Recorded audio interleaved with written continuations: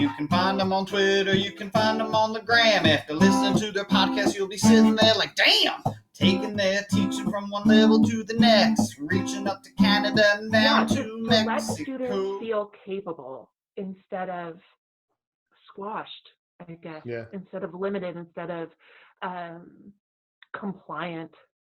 I think those are questions worth asking, and solutions are worth finding and experimenting with, because that's going to be just so invaluable to the student too. That confidence, the life skills of having to manage yourself, it's huge. And you talked about it. It's experimenting, right? Like, who knows? We're going to try it. We'll put this into place and see what happens. And if this works, great. Then we'll try and improve upon it. If it doesn't, then it's X, Y, Z.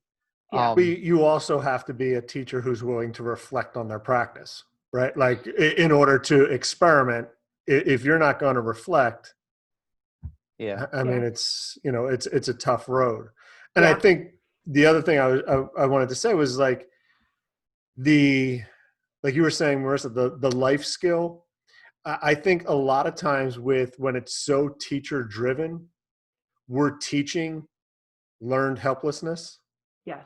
And I saw quite a bit of that come through in remote learning, where,